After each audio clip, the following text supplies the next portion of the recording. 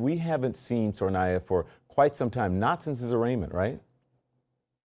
Yeah, that's exactly right. That was 17 months ago was the last time that he was in the federal courthouse. He appeared today. He looked relaxed. His hair was a little bit longer. He seemed, it was more disheveled. And the one change in the 17 months since I last saw him is he's grown sort of a small beard that's a little bit bushy at the end, and he was twirling it at times during the court hearing. He also at several times sort of wiped his left eye, not clear whether it was watering or what was going on there. But he was wearing a black collar sweater. He had a white shirt, gray slacks. He was very respectful when the judge began questioning him. He said, you know, do you believe your lawyers have your best interests at heart? He said, very much. And then the judge said, look, is there anything you want to discuss with me in private? And Dzhokhar Tsarnaev said, no, sir. You know, this is sort of more the guy who his friends remembered him as in high school when he was the captain of the wrestling team.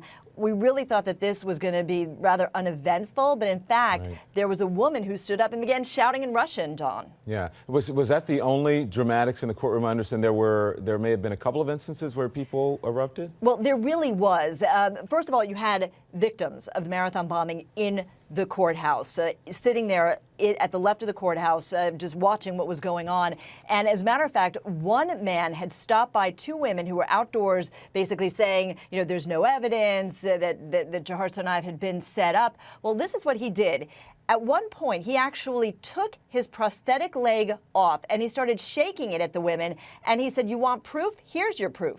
So it's interesting. So these women were out in support of Dzhokhar Tsarnaev, which may be interesting to a lot of people. Why do they think he is not guilty?